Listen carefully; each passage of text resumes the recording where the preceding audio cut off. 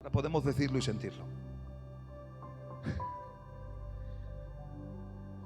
Voy a intentar hacerlo breve en dos partes, ¿vale? No voy a extenderme, no lo voy a hacer. Sí, como seguimos en la misma línea y como el Señor nos ha regalado pues a la iglesia esta línea, esta temática nueva, eventos del porvenir, voy a llegar hasta un punto donde yo quiero llegar, que a lo mejor es por eso que hay tanta oposición. Pero bueno, voy a intentar llegar hasta ahí en el nombre de Jesús. Anunciábamos por el Estado, ahora sí, estate tranquilo, relájate. Anunciábamos que hoy vamos a hablar sobre el gobernante futuro, sobre el anticristo y su falso profeta.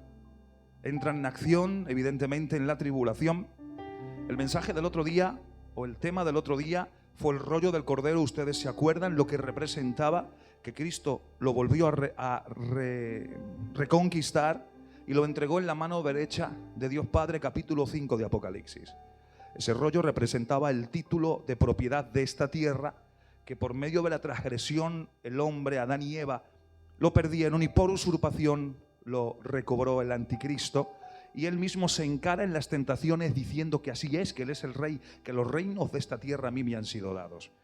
Cristo lo conquista como el postrer Adán y lo pone en la mano de Dios Padre, pero antes de ponerlo en la mano de Dios Padre se sella con 7 sellos. Porque ese título ahora tiene un juicio y un castigo por las consecuencias de haber perdido en la semejanza cuando el hombre fue creado a imagen y semejanza. Hablábamos a rasgos generales, no parándonos mucho en el mensaje, y ahora íbamos a hablar sobre el anticristo y su falso profeta. Pero para entender el contexto partimos desde el libro, desde el rollo, que ese rollo es el que contiene, estaba sellado con 7 sellos. Esos 7 sellos contienen en el interior las 7 trompetas, que son 7 juicios, y otros 7 juicios más, que son las 7 copas. Cuando hablamos de ese progreso, estamos hablando de que entre los sellos, o que los sellos se van partiendo y va cayendo el juicio vinculado a ese sello o los sellos representan el desvelar, se desvela la ira de Dios. Luego va en progresión porque las trompetas son el anunciar la ira de Dios, y luego las copas son el clímax final de la tribulación, que son el derramar la ira de Dios. Todo eso está contenido en este rollo, que es el juicio dictaminado para la tribulación. Pero antes de hablar del anticristo, porque vamos a especificar dónde sale, dónde aparece, cuál es su consistencia, evidentemente no podemos hablar de todo el material escatológico que quiero presentarles, simplemente lo necesario para su información, para su formación y para su aplicación. Para que entiendan que la gracia la ha habido siempre, la va a haber siempre, pero es mucho más accesible hoy, donde nadie te aprisiona y donde nadie te persigue por buscar a Dios, venir a la casa de Dios y darle su gloria a Él. Amén. En la medida en como vamos hablando, si surge alguna pregunta, la apuntáis, y como siempre he dicho, me invitáis a un colacao y yo os lo explico, ¿vale? Pero quiero que sonrían, porque esto es para informarnos, para formarnos y para aplicarnos. Si uno no sigue estos 3 pasos con cualquier doctrina o estudio, entonces está malformándose. Tiene la cabeza muy gorda y el cuerpo muy pequeño. Mucho conocimiento, pero muy poca vida espiritual. Uno tiene que tener información. En base a esa información uno se forma, y en base a esa formación uno la aplica en su estilo de vida. La palabra tiene que cambiarte. Si antes hablaba más, ya no. Si antes tenías envidia, ya no la tienes. Si antes esto, ahora ya no. La palabra te tiene que cambiar. A mí el primero, pero ustedes están conmigo. Amén. Pero para empezar ahí vamos a entender primero el concepto de la tribulación. Antes de leer nada, se abre el libro de Apocalipsis capítulo 6 para entender el origen del anticristo, cuando empieza y entra en acción. Y dice los sellos, dice la perícopa. La perícopa son los títulos que son un añadido. Los títulos no están en los manuscritos originales, ni en griego ni en hebreo. No existen. Son un añadido. Se le conoce dentro del contexto bibliológico como perícopa, no título, una perícopa. No todas las versiones tienen las mismas perícopas. Esto es para indicar y hacer una sección y poder estudiar mejor y leer la escritura. Por lo tanto, dice, capítulo 6, versículo 1, dice: y vi, y cuando el Cordero abrió uno de los sellos, el primero, y oí una voz de los 4 seres vivientes decir, como de voz de trueno: ven. y mira. El texto original dice, ven y observa. No es lo mismo mirar que observar. Yo hago esto ahora, os estoy mirando. Pero si hago esto, te estoy observando. Eso lo voy a dejar en el aire para luego matizarlo si se puede o otro día. Ven y mira. Y versículo 2. Y miré y he aquí un caballo blanco. Y el que lo montaba tenía un arco y le fue dada una corona y salió venciendo y para vencer. Bien. Muchos exegetas, muchos teólogos, porque los teólogos son los que, entre comillas, más saben, pero también los teólogos tienen muchos fallos, porque beben de fuentes que no tienen que beber y se les paga por ello. Amén. Sé muy bien de lo que estoy hablando. Por eso algunos teólogos dicen que este caballo blanco y este jinete es Cristo, y lo confunden con Cristo. Muchos creen, y hay libros donde se aplica esa terminología escritural, pero no es así. Hay dos caballos blancos en el libro de Apocalipsis, uno en el capítulo 6 y otro en el capítulo 19. En el capítulo 6, el que estamos hablando es la aparición, se abre el primer sello, son juicios que están dentro del rollo cerrados que hablábamos el otro día. Por lo tanto, cuando se abre el sello y sale el jinete, es alguien que es mandado por lo tanto no puede representar a Cristo por varias acciones. Segundo, la corona que lleva es una diadema que no tiene nada que ver con la corona que se ve o la capacidad jerárquica que tiene el jinete del capítulo 19. El del capítulo 19 sí es Cristo, que está descendiendo para culminar en la batalla de Armagedón, que ya hablaremos de todo eso, aunque ahora a algunos les suene a chino. Amén, lo explicaremos. Pero este es el anticristo, porque los 7 sellos, el primer sello se abre y da inicio a los juicios y a las permisiones que Dios tiene en la tribulación en esta tierra. Por lo tanto, el jinete del capítulo 6 no es otro que el anticristo. Es el anticristo que entra, que tiene un arco, pero no tiene flechas. No entra con espada, porque el anticristo no viene detrás de una batalla. Cuando aparezca en escena, no va a venir detrás de una gran guerra mundial o de una guerra como hoy está aconteciendo. No, viene detrás de la diplomacia, porque el arco sin flechas representa a alguien capaz en la diplomacia, capaz en el hablar, pero atención, pero que no tiene capacidad de guerra en ese momento, porque no viene luchando. La lucha viene después. ¿Están entendiendo? Por lo tanto, Apocalipsis capítulo 6, versículo 2, este caballo blanco y su jinete es el anticristo. Pero ¿cuándo empieza? ¿Cuándo entra? En la tribulación. Pero para poder entender todo el concepto tribulacionario y matar algunos errores, uno tiene que entender de dónde sale la tribulación. Luego hablamos del anticristo, si cabe, si no lo dejamos para otro día. Uno tiene que entender de dónde sale la tribulación, porque la tribulación no es un juicio independiente. Lo que va a acontecer en la tierra una vez que la iglesia ha sido arrebatada, a ver cuántos se van con él. Ruta de un arrebatado, nos vamos con Cristo, amén. Pues como nos vamos con él, nosotros no pasamos las penurias de esos juicios. Dice Apocalipsis 3:10, ¿alguien lo sabe? Apocalipsis 3:10, por cuanto has guardado la palabra de mi paciencia, yo también te guardaré de la hora de la prueba que ha de venir sobre el mundo entero para morar a los que en la tierra.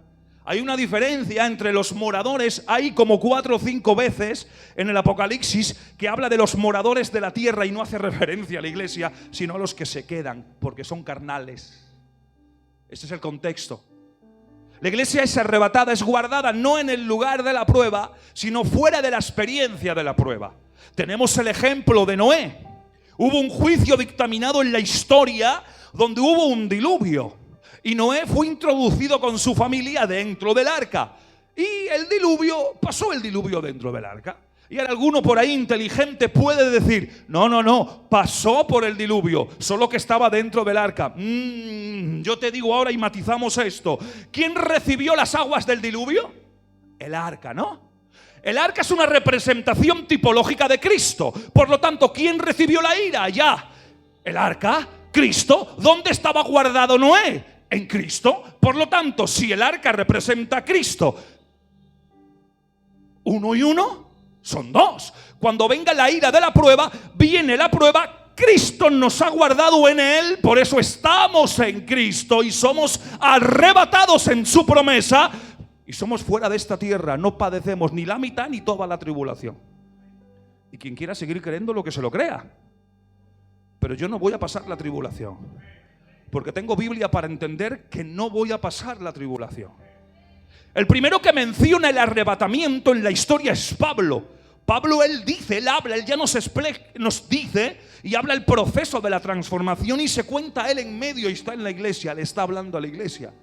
O sea, esos que dicen, es que es una doctrina joven del siglo XIX, confeccionada, pensada en un sueño, en una visión por una mujer, esos son falacias secundarias. Es mucho más vieja la doctrina, está puesta en la escritura. Amén. Pero ¿cuál es la naturaleza de la tribulación? La tribulación no es un juicio independiente. La tribulación, que son 7 años, pertenecen a una profecía que no es otra cosa que el reloj profético de Dios sobre la casa de Israel y por ende sobre el gobierno del mundo entero. Se dice muchas veces que Israel es el reloj profético de Dios. Han cambiado mucho los conceptos y están dando una muy mala información. Israel no es el reloj profético de Dios. Son las 70 semanas de Dios dictaminadas sobre Israel. Y mientras funcione el reloj, funciona el plan de Dios con Israel y los efectos colaterales con el mundo entero. ¿Están entendiendo? Y voy a intentarlo hacerlo así despacito para que no nos perdamos el hilo. Por lo tanto, la tribulación, 7 años, pertenecen a un cómputo de 70 semanas. Dice Daniel 9, 24 al 27. 70 semanas están determinadas sobre tu pueblo y sobre tu santa ciudad. ¿A quién le está hablando? A Daniel. ¿Cuál es el pueblo de Daniel? Israel. ¿Cuál es la santa ciudad? Jerusalén. Entonces las 70 semanas es un juicio de Dios ¿sobre quién? Sobre Israel y Jerusalén. La iglesia no está. La iglesia no aparece. Aún más es un misterio revelado en el Nuevo Testamento. Aún más, de las 69 semanas que vamos a desarrollar rápido que se han cumplido, no ha aparecido ni por asomo la iglesia. ¿Por qué la gente se empeña en querer incluir la iglesia en la tribulación cuando la tribulación no está descolgada? Pertenece a las 70 semanas. ¿Están entendiendo? Sobre tu pueblo y sobre tu santa ciudad.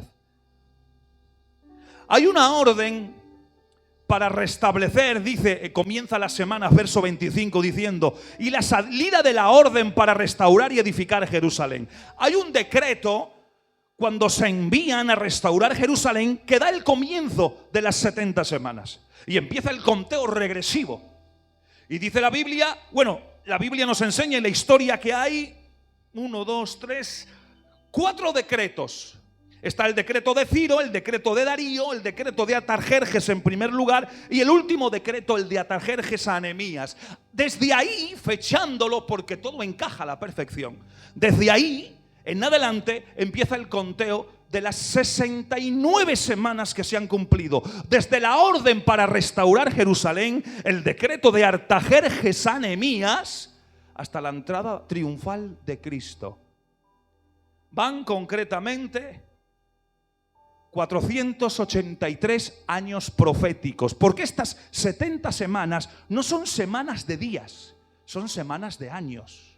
7 por 7, 49. 490 años proféticos que Dios ha dictaminado sobre Israel y sobre Jerusalén, de los cuales 300, ¿cuántos eran? 483 se han cumplido a la perfección. Quedan 7 años que se ha parado el reloj profético de Dios para con Israel. Por eso Israel está como está y no avanza el proceso de Dios nacional con Israel mientras el reloj de Dios esté parado con su pueblo.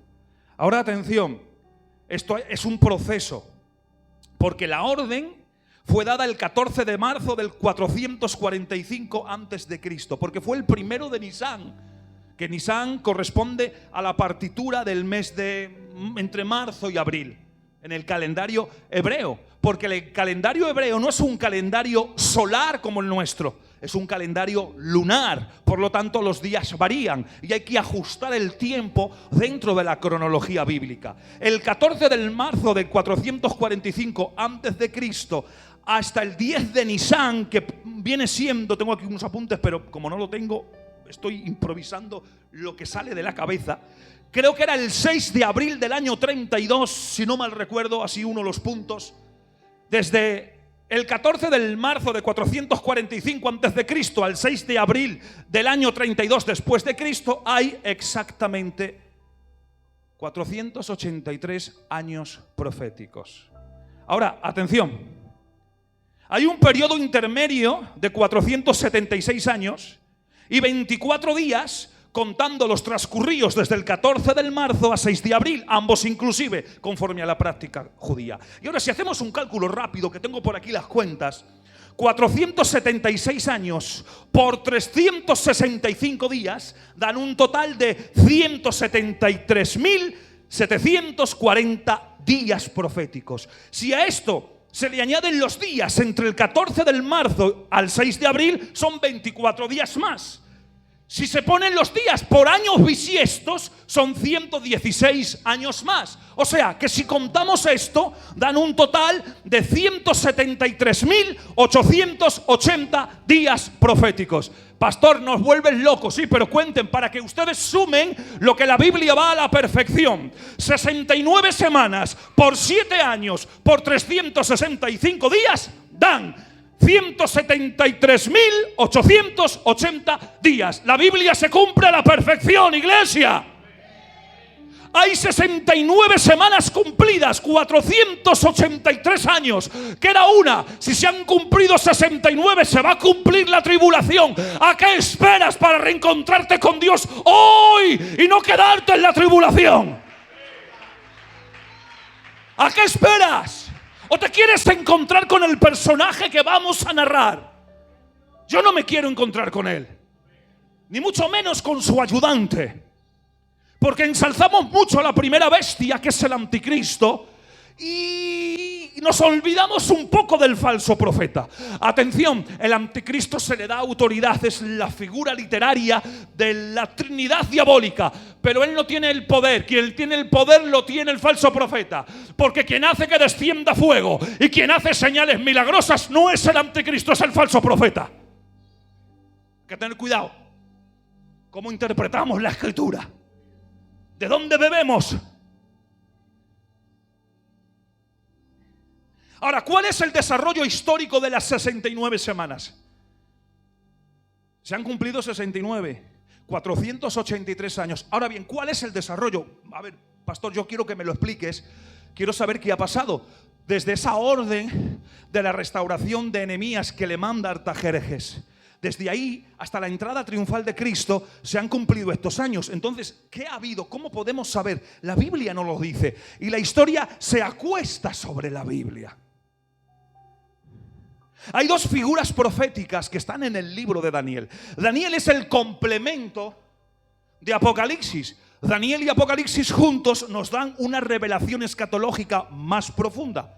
Igual que Levítico se complementa con Hebreos y nos da una revelación más profunda de los sacrificios, ofrendas, etcétera, etcétera, etcétera. Por lo tanto, cuando uno quiere estudiar Apocalipsis, a la par tiene que estudiar Daniel. Si no, se va a perder muchas citas.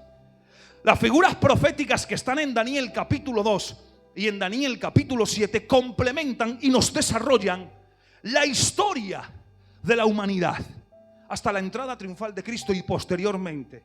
Atención, Daniel capítulo 2, Nabucodonosor ve una estatua. Una estatua, si todos ya conocen la estatua, tenía la cabeza de oro. Da igual que nos equivoquemos, estamos para aprender. De oro. Los brazos y los pechos y el pecho de el vientre y los muslos y las piernas de hierro. Y al final los dedos de los pies Hay una mezcla, por eso no pega, porque el barro con el hierro no pega. Y eso nos habla de alianzas humanas, de tratados humanos que nunca llegan a ningún fin, que es lo que ha intentado hacer el gobierno romano desde el último imperio en la conquista hacia nuestros tiempos. Ahora atención, a Nabucodonosor el Señor le revela lo esplendoroso de esos imperios que van surgiendo, que ahora os explico quiénes son. Pero es que a Daniel el Señor le revela la ferocidad de los imperios. La parte bonita la ve Nabucodonosor, la parte fea y agresiva la ve Daniel en el capítulo 7 de su libro. Vamos allá. Esto es una sucesión de reinos en el plano de la historia de la humanidad. El primero, la cabeza de oro, en ese momento contextualizado de Daniel, era el rey mismo que reinaba y recibió la visión o la revelación, que fue Nabucodonosor. El imperio babilónico, que era el que conquistó en esa conquista asiria, en el 722-23 a.C., la conquista por Asiria del reino del norte de Israel. Atención, ahí está la cabeza de oro. Dice Daniel 2:38: y donde quiera que habiten los hijos de los hombres, bestias del campo y aves del cielo, él los ha entregado en tu mano y te ha dado dominio. Sobre todo le dice: tú, a Nabucodonosor, eres aquella cabeza de oro. Por lo tanto tenemos el punto de partida. El punto de partida empieza a salir de ahí. Nabucodonosor, el imperio babilónico, la cabeza de oro. Pero la cabeza de oro, en Daniel 7, se le llama, o Daniel ve un león con alas de águila. Y ahora, si os fijáis en las, ¿cómo se llama esto? En las ruinas, algunas de las ruinas y de las esfinges que tenía Babilonia, lo que predominaba era leones con águilas. O sea, se va aunando la profecía. El rey más destacado en ese momento fue Nabucodonosor. Pero como todo imperio que no sea el imperio de Dios cae, el imperio babilónico cayó y fue derrocado por el imperio medo-persa. Hubo una alianza de los medos y de los persas que vencieron al imperio babilónico, representado en la plata de los brazos y del pecho. Pero la figura grotesca, el animal detrás que vio Daniel, fue un oso alzado con un costado más que otro. Daniel 7:5 dice: y he aquí una segunda bestia, semejante a un oso, la cual se alzaba un costado más que de otro, y tenía en su boca 3 costillas entre los dientes, y le fue dicho: levántate y devora mucha carne, porque es que los medos y los persas, sobre todo, devoraban carne, donde iban arrasaban. Su forma de conquistar era arrasando, no dejaban nada. Y lo vemos en la historia, cómo se acopla la escritura. Ahora, llevaba 3 costillas en la boca. Simbolizan, un costado alzado representa que los persas tenían más poder sobre los medos. O sea, estaba alzado porque predominaban los persas sobre los medos, y al final se extinguieron los medos y quedaron los persas. Y esas 3 costillas es la referencia a la conquista que tuvo de Susa, Lidia y Asia Menor. Son las 3 costillas en la boca que lleva el oso, porque fue lo que conquistó y arrancó, como quien devora la carne. ¿Estamos bien? Yo puedo seguir unos minuticos más solamente, ¿vale? Pero vamos a ir dándole. Bien, ¿cuál fue el rey más destacado? Darío fue el rey más destacado del imperio medo-persa. A esto le sigue el imperio greco-macedonio, que es representado en el vientre y en los muslos, ya de bronce. Daniel capítulo 2. Y es representado en Daniel 7 por el leopardo con 4 alas y 4 cabezas. ¿Por qué? 4 alas y un leopardo, por la rapidez en que el imperio griego conquistó todo lo conocido. Es que tenemos historia para entenderlo. Las 4 cabezas es la división del imperio. El imperio se dividió en 4 cabezas, en sus 4 generales, porque no tenía descendencia Alejandro Magno, que fue el rey predominante en aquella historia. Quédense en este punto, quédense aquí, porque de aquí sale, de una de esas 4 cabezas, cercamos el cerco, sale el anticristo. De una de esas 4 cabezas. Os lo dejo en el aire. Amén.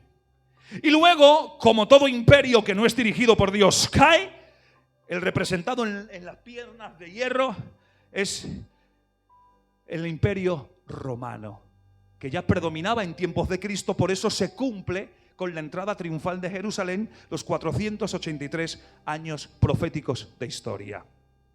La bestia espantosa es como él ve o como Daniel ve. ¿Por qué es una bestia espantosa? Porque si analizamos, que no lo vamos a leer para no perder tiempo, esa bestia que describe Daniel capítulo 7, versículo 7, si no me confundo, tiene partes de todo lo demás. Porque según iba subiendo, iba descendiendo en calidad el metal, iba siendo más fiero el animal que aparecía y más destrozaba. Las dos piernas representan las dos partes donde se partió el imperio romano, en el occidente y en el oriente. El imperio romano, hubo un momento, una fecha donde se dividió en dos. Son las dos piernas que predominaban en tiempos de Jesucristo. Bien, ahora, ¿cuáles son las características que tendrá este tiempo?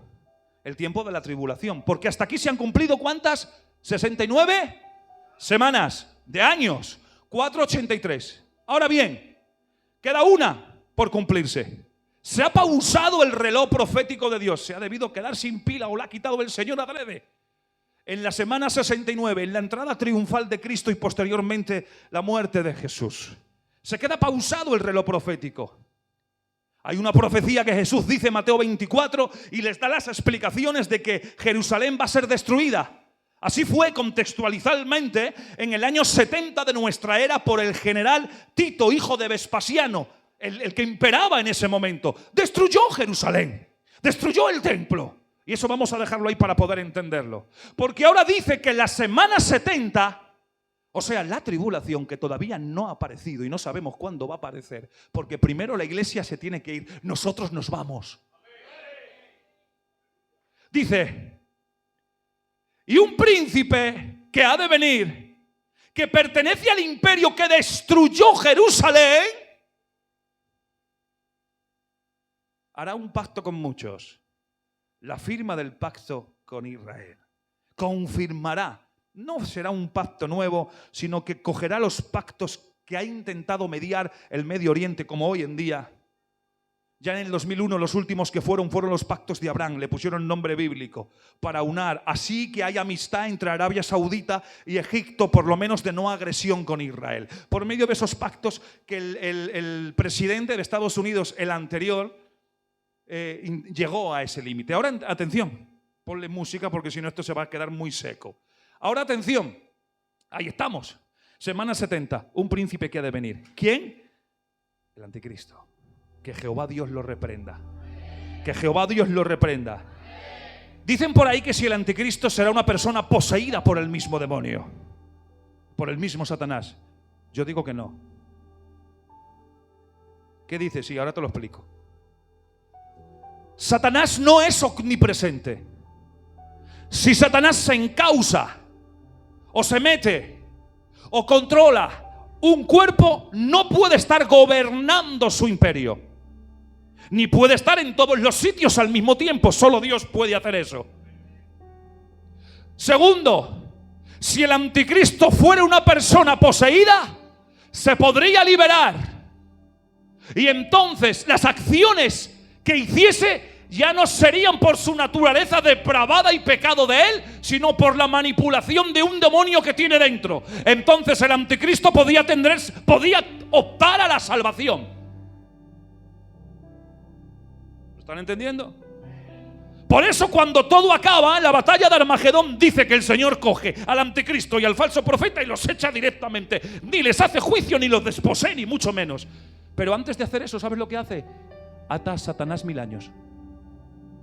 Entonces, ¿qué hacemos? ¿Están juntos? ¿No están juntos? ¿Está dentro? ¿No está dentro? Entonces se tendría que dividir. Y en todo caso, si Satanás tuviese que poseer a uno, no sería el anticristo, sería el falso profeta, que es el que tiene el poder. Amén. Que Dios los reprenda a estos dos personajes. Atención, ya estamos en la recta final. Hay características, hay 10 características en el Antiguo Testamento que se le dan a la tribulación sin llamarla tribulación. En Sofonías del 1 al 15 se le llama tiempo de ira. En Apocalipsis 14:7, tiempo de juicio. En Isaías 26, tiempo de indignación. En Apocalipsis 3:10, tiempo de prueba. En Jeremías 30 se vuelve a repetir o parecido, tiempo de angustia. En Daniel 9:27, tiempo de desolación. En Isaías 24, tiempo de trastorno. En Joel 1, tiempo de destrucción. En Joel 2, tiempo de tinieblas. Y en el Salmo 23, tiempo de castigo. O sea, que ya en el Antiguo Testamento se le dan 10 nombres a la tribulación sin llamarla tribulación. Y si en esos nombres no aparece vinculada a la iglesia, porque hay gente que cree que la iglesia pasa la tribulación, por favor, si nosotros nos vamos con Cristo, si estamos esperando el regreso de Cristo, dale un fuerte aplauso.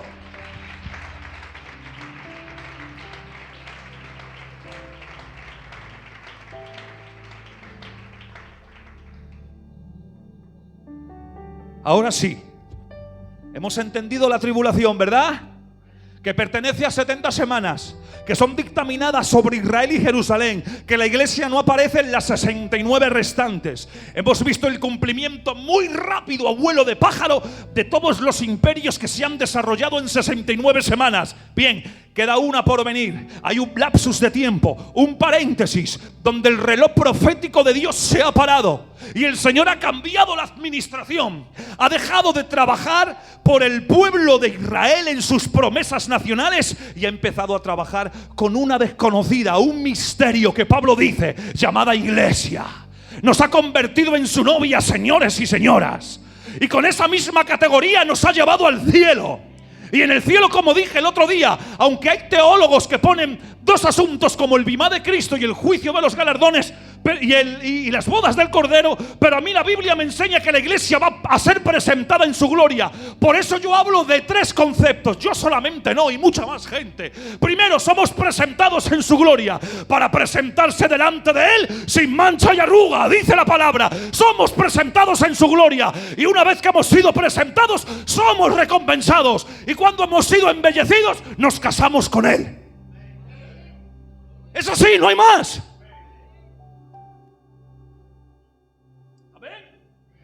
O sea que no estamos aquí, no pasamos por la tribulación, no se rompen los sellos y somos contemplados. Hay uno por ahí, un gobernante de Francia, que sale en los TikToks diciendo, este es el futuro anticristo. Os voy a decir algo: el anticristo no entra en escena pública sin que antes la iglesia sea arrebatada. Que no te engañe nadie. Nosotros nos vamos luego que pase lo que tenga que aparecer, porque en este paréntesis se ha intercalado la iglesia, la novia de Cristo, y las promesas son espirituales para nosotros. Por eso nosotros y los que han partido primero resucitan en el arrebatamiento de la iglesia, y los santos del Antiguo Testamento como Moisés, Abraham, David, Gedeón, etcétera, etcétera, etcétera, no resucitan con nosotros, resucitan después del tiempo de indignación que es la tribulación. ¿Para qué? Para entrar al reino milenial, porque ahí son las promesas vinculadas a la tierra para Israel. Pero para la iglesia amada, para la novia de Cristo, nuestras promesas son espirituales, son en el ambiente del reino de los cielos. Que bendito sea su nombre. ¿Quieres más? Y que todavía tengamos tiempo para discusiones, riñas, pleitos, división. ¿Por qué? Si nos espera algo hermoso y aquí en la tierra un infierno, o el preludio, el principio de un infierno, que a veces por albergar cosas aquí en el corazón y lo conviertes en práctica, te puedes quedar aquí y la promesa de arrebatamiento no se cumple en ti. Si a veces por rivalidades, por cosas minuciosas, por cosas que no sirven, por si a ver si predico, a ver si canto mejor yo, que no predique aquel, que no cante ella. Pero cuidado, que esto es santo, que aquí está el Señor y hay santidad, y lo santo es para los santos. y que a veces perdamos el tiempo en vanas discusiones, que lo único que conseguimos, tal y como está la iglesia en esta tesitura, es traer mal ambiente y conflicto a la iglesia. Por eso luego vienes y digo, ¿cómo nos cuesta tanto? Claro, porque a lo mejor ha habido días donde he tenido ya me entienden ustedes, que yo me quiero ir para arriba. Yo no quiero pasar aquí esta penuria. Viene la tribulación, ahora sí. Capítulo 6. Y se abre el primer sello. Ay, Padre. Y entra en escena un jinete. Un jinete que luego es desarrollado en la teología escatológica y se le da el nombre de Anticristo, aunque en el libro de Apocalipsis no aparece la palabra Anticristo por ningún lado, pero sí entendemos que implícitamente, aunque no explícitamente, está hablando del Anticristo y de su falso profeta. No se olviden que el otro, cuidado, se dan la mano los dos, hombre, van juntos al lago de fuego. Imagínate, en la misma categoría. Apocalipsis capítulo 13. Las dos bestias. Me paré sobre la arena del mar y vi subir del mar una bestia, atención, que tenía 7 cabezas y 10 cuernos, y en sus cuernos 10 diademas, y sobre sus cabezas un nombre blasfemo. Y la bestia que vi era semejante a un leopardo. Fíjense lo que hemos hablado antes. A un leopardo, sus pies como de oso, su boca como la de un león, y el dragón le dio todo su poder, su trono y su gran autoridad. Fíjense que tiene atisbos de todo lo que traían las demás bestias que representaban imperios. El 3 dice: vi una de sus cabezas como herida de muerte, pero su herida mortal fue sanada. Esto lo hablaremos en otro momento. Y se maravilló toda la tierra en pos de la bestia, y adoraron al dragón que había dado autoridad a la bestia, y adoraron a la bestia diciendo: ¿quién como la bestia? ¿Y quién podrá luchar contra ella? También se le dio que hablase grandes cosas y blasfemias, y se le dio autoridad para actuar 42 meses, que son 3 años y medio. Y abrió su boca en blasfemia contra Dios, para blasfemar de su nombre, de su tabernáculo y de los que moran en el cielo. ¿Quién estaban en el cielo ahora? ¿Quién? ¡Claro! Porque nos ha tenido tanta madiña, no ha podido con nosotros, que nos hemos marchado con Cristo, que cuando entra nación dice: ¡ay! Si no he podido con ellos, ¡ay! Me cachis que no he podido con ellos. ¡Claro! Porque con nosotros está el Todopoderoso.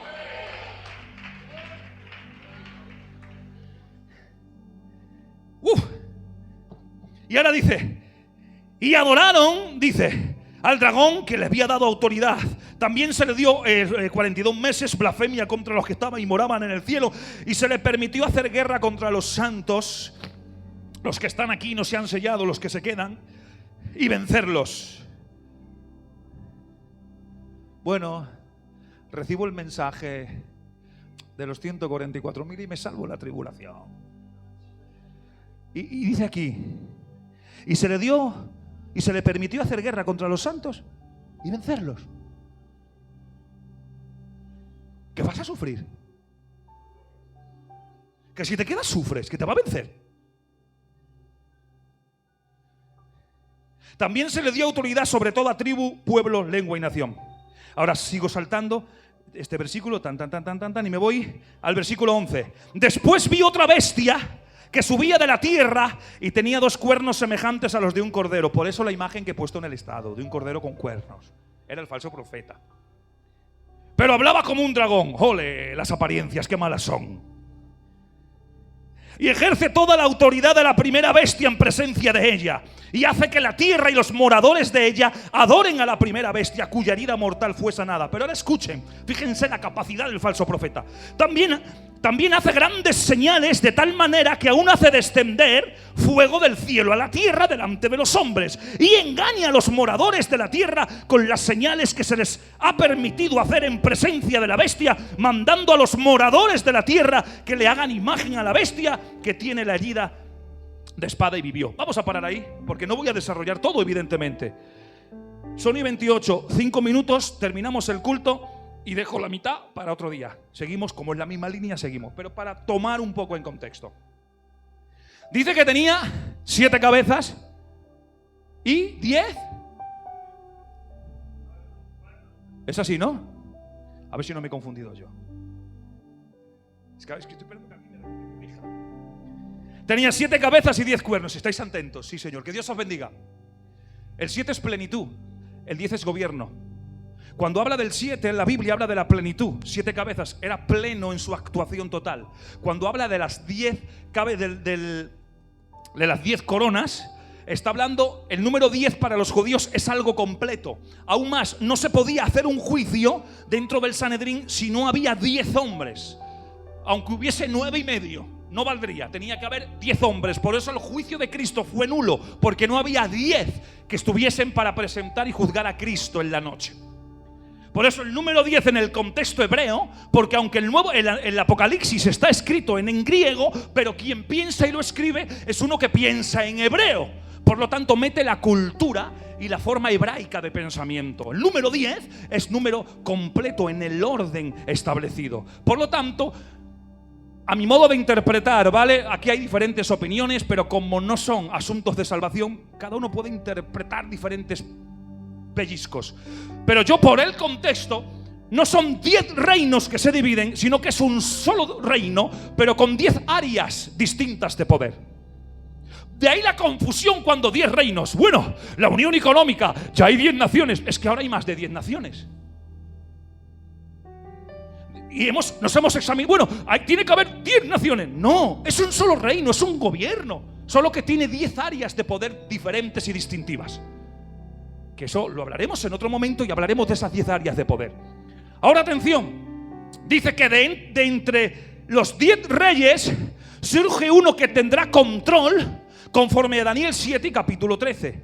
Y se presenta, como hemos visto en Apocalipsis 13:3, se presenta como alguien admirable. Una de sus cabezas fue herida, mortal, y fue sanada, y se maravilló toda la tierra. Esto no voy a desgranarlo porque perderíamos el tiempo solamente en este texto. Atención, este hombre, el anticristo que entra en escena, una vez que la iglesia ha sido arrebatada, ejerce poder absoluto en el gobierno mundial. ¿En qué sentido? En que tiene voz, voto y peso a nivel mundial, aunque haya naciones en contra del tratado de paz, porque él entra con la confirmación de un pacto con Israel. Hoy en día vemos a Israel llena de conflictos. Vemos a Israel que si va a premeditar un ataque contra Irán, Irán contra Israel, que si Hezbollah en el norte, en el Líbano, que si Gaza, y etcétera, etcétera, etcétera.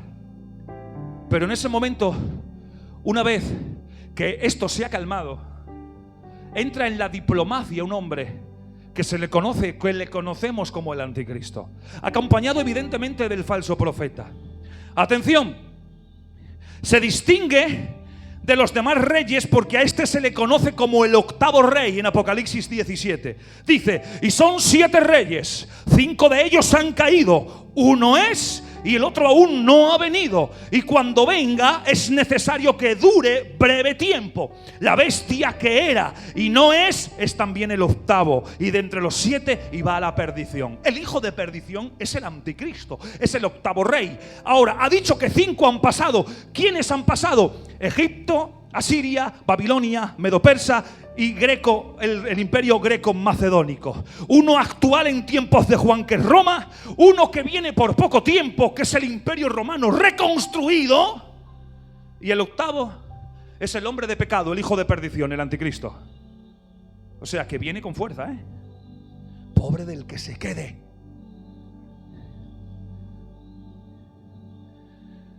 Yo quiero pararme, es que quiero llegar a este punto y dejarlo ahí. Quiero llegar hasta aquí.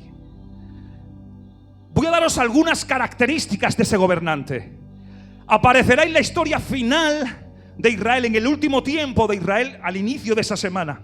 Confirmará un pacto y dirá, mira, vamos a firmar un pacto diplomático. Vamos a confirmar todo lo que no se ha llevado a cabo. Yo tengo capacidad para hacer. Cualquiera que se meta contigo se va a meter conmigo. Cualquiera que viole tus fronteras será un ataque directo contra mi gobierno, que es la Confederación del Occidente, el Imperio Romano reconstruido. Y ahora alguno y alguna puede decir, ¿y qué pasa con Estados Unidos si es la aliada fiel de Israel? Bueno, en la mentalidad de la Biblia, Estados Unidos y América no existían. No existía el nuevo continente, no existía. Pero sí entendemos que Estados Unidos y América es una extensión de Europa. ¿Por qué? Porque los que han colonizado han sido los europeos. Por lo tanto, es una extensión de Europa. Por eso cuando hablamos del Imperio Romano reconstruido, incluimos todo lo que se ha extendido al nuevo continente. Por lo tanto, él firmará un pacto con Israel. Logrará convencer de destruir o cambiar de lugar, porque se buscará la forma, la cúpula, ¿cómo se llama? La roca del domo, la cúpula de Omar, la roca del domo que está en Jerusalén. ¿Para qué? Porque ese mismo lugar se edificará el templo. Ahora muchos dicen, entonces veremos la construcción.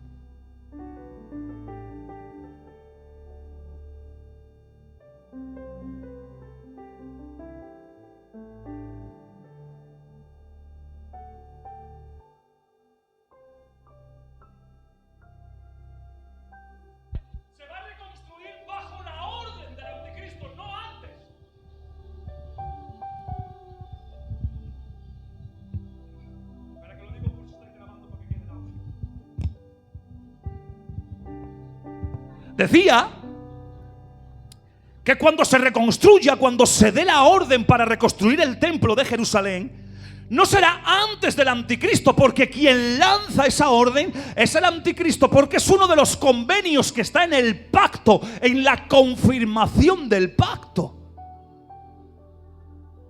3 meses van a tardar porque tienen el material y tienen todo hecho. Y según los que saben, yo tengo un amigo mesiánico que estudiamos juntos y hablamos mucho. Y yo siempre le pregunto cosas de estas porque es bueno preguntar para aprender, porque nadie sabe todo. Yo por lo menos no. Yo siempre me acuesto aprendiendo algo nuevo. Y yo le pregunto, ¿y cómo va? Mira, Irra, 3 meses y tienen el templo hecho. Solo falta una orden escrita.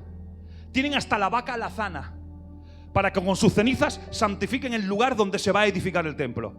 Pero esa orden la va a dar el anticristo. Nosotros no vamos a ver el templo reconstruido. Nosotros nos vamos antes. Nosotros no vamos a ver el anticristo.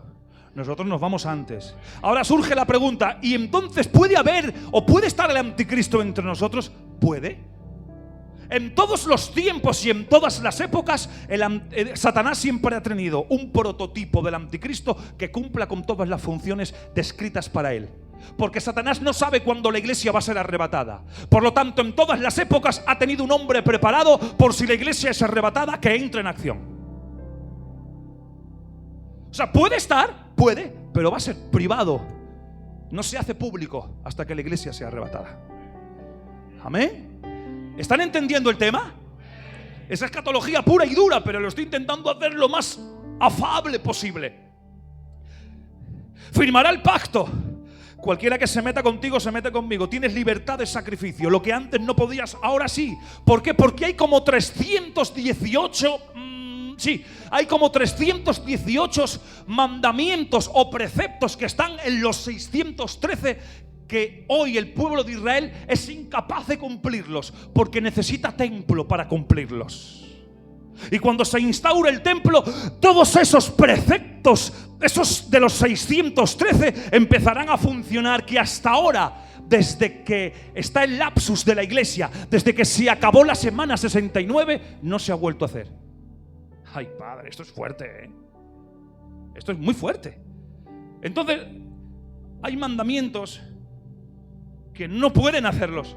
Por eso a mí me da mucha gracia esos judaizantes que dicen que cumplen la ley, los 600, pero si hay 318, 320 mandamientos y preceptos que tienen que ver con el templo y no está el templo, entonces no estás cumpliendo toda la ley. Amén. Se firmará el pacto, ¿vale? En ese pacto hay propiedad, libre sacrificio, etcétera, etcétera. Se controlará la media luna del oriente, árabe, Las zonas petrolíferas empezarán a cambiar de dueño. Rusia perderá su participación en el momento. Egipto con el canal de Suez también perderá su participación. Por eso en la tribulación, que hablaremos de ello, el rey del norte, donde entra en el contexto el territorio también de Rusia, pero no es específicamente solamente Rusia, está Turquía también por ahí, y también tiene participación España. Atención. Los mercaderes de Tarsis, está hablando de España. O sea que muy en la posibilidad, esto es posibilidad, ¿vale? Esto es posibilidad. Según está hablando que Tarsis se aúna al ejército del norte en contra de la Confederación del Occidente, entonces, por esa regla de tres, posiblemente damos la posibilidad de que España salga de la Unión Europea o del gobierno del Anticristo y vaya en contra del proyecto uniéndose con el rey del norte. Cuidado, ¿eh? Lo dejo en el aire, otro día hablamos de eso. Firman el pacto de paz. Perfecto. Lo vamos a dejar ahí. Pero no aparecerá hasta que la iglesia sea arrebatada, y la aparición está precedida por una apostasía. Aquí quiero llegar y aquí quiero acabar. Segunda de Tesalonicenses 2:3. Que nadie os engañe en ninguna manera, porque no vendrá, hablando del anticristo, sin que antes venga la apostasía y se manifieste el hombre de pecado, el hijo de perdición. ¿Qué es apostasía? Apostasía es salirse de la fe, es caerse de la gracia, es negar la fe, es apartarse de la fe. Hay diferentes tipos de apostasía. A mí la Biblia me registra 8 tipos de apostasía que nos habla segunda de Timoteo 3:4. La iglesia va a ser arrebatada en medio de una gran apostasía en el pueblo. No hay señales para el arrebatamiento, pero si pudiéramos decir que hubiese una señal implícitamente, no explícitamente, sería la apostasía de los últimos tiempos. Porque la apostasía de los últimos tiempos no es tribulacionaria, es en el tiempo de la dispensación de la iglesia. Es ahora, es ahora.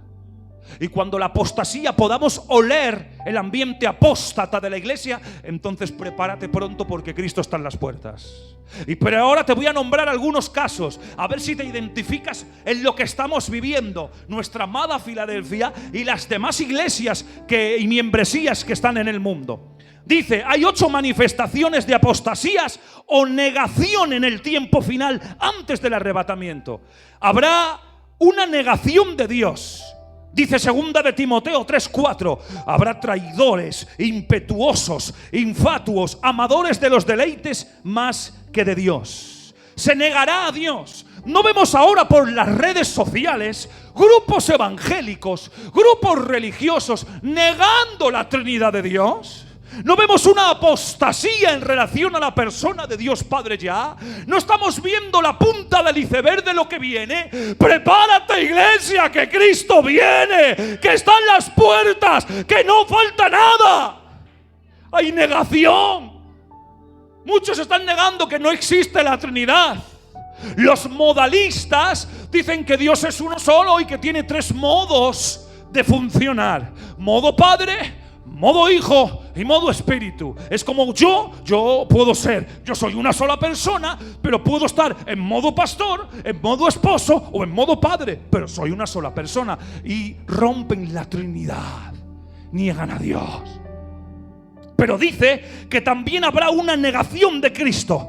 Primera de Juan 4:3. Y todo espíritu que no confiese que Jesucristo ha venido en carne no es de Dios. Y este es el espíritu del anticristo, el cual vosotros habéis oído que viene y que ahora ya está en el mundo. No vemos ahora gitanicos con nuestras raíces que se dejan la barba larga, los tirabuzones por aquí, se ponen el corbata aquí y dicen que son judíos. Dicen que son judíos, que no creen en el Hijo, que dicen que Jesús era uno más, que era un profeta y ya está. Ya hay apostasía. Cuidado, que estamos en los últimos tiempos. Estamos en la recta final ya, no queda nada. Y todavía pierdes el tiempo en pleitos. Y todavía pierdes el tiempo estar así, de esas maneras. ¿A qué esperas?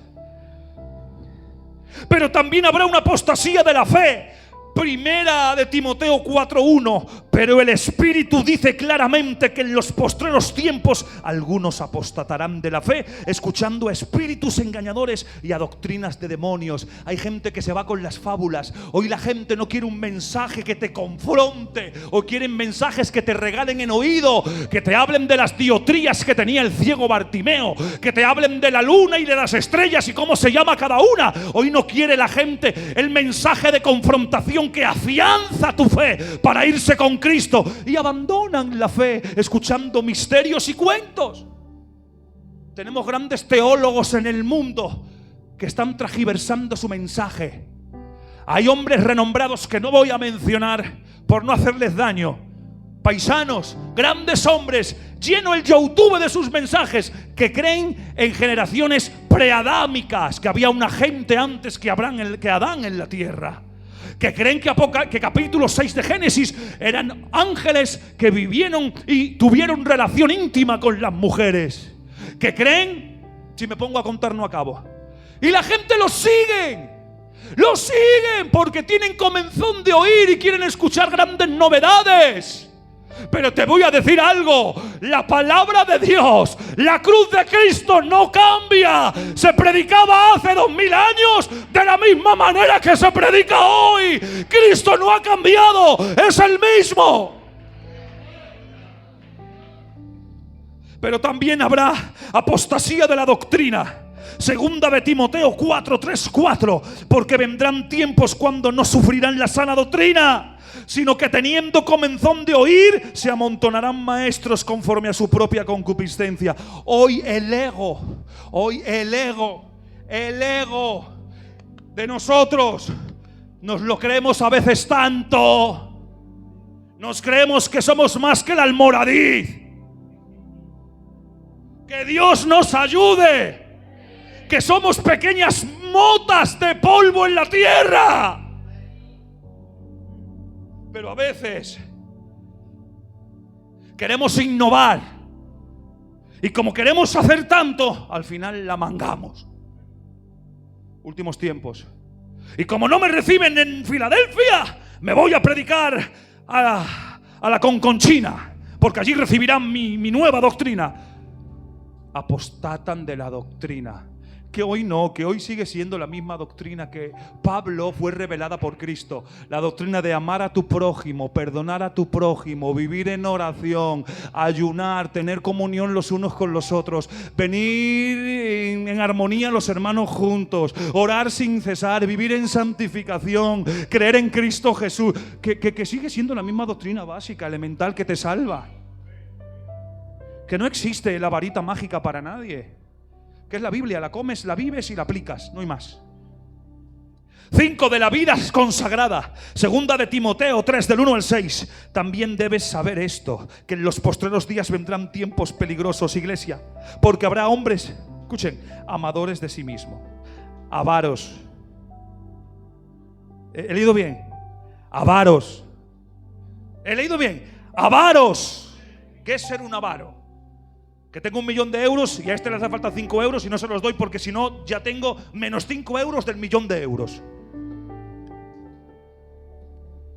Vanagloriosos, soberbios, blasfemos, desobedientes a los padres, ingratos, impíos, sin afecto natural, implacables, calumniadores, intemperantes, crueles, aborrecedores de lo bueno, traidores, impetuosos, infatuados, amadores de los deleites más que de Dios, que tendrán apariencia de piedad pero negarán la eficacia de ella. Habrá una apostasía hasta en la falsa. Viviremos una fachada de santidad cuando por dentro, perdónenme, no vivimos una vida santa. Apostataremos de la vida de santidad y consagración. Y hoy sonrío, pero en casa me mato. Y hoy estoy bien, pero tengo problemas en mi hogar. Y hoy tal, pero con aquel. Y esto y aquello otro. Y así estamos, apostatando. Yo voy a terminar aquí. Ya no sigo más, que ya me he pasado un ratico y no quiero. Ahora, después de esto, que he parado ahí, seguiremos en ese punto. Seguiremos en ese punto, así que no pierdan, porque yo no voy a decir qué día, lo anunciaré, pero no voy a decir qué día, no me falten los cultos, por favor. Después de todo esto que hemos hablado, ¿aún quieres seguir como estás? ¿O quieres cambiar? ¿O estás ya en proceso?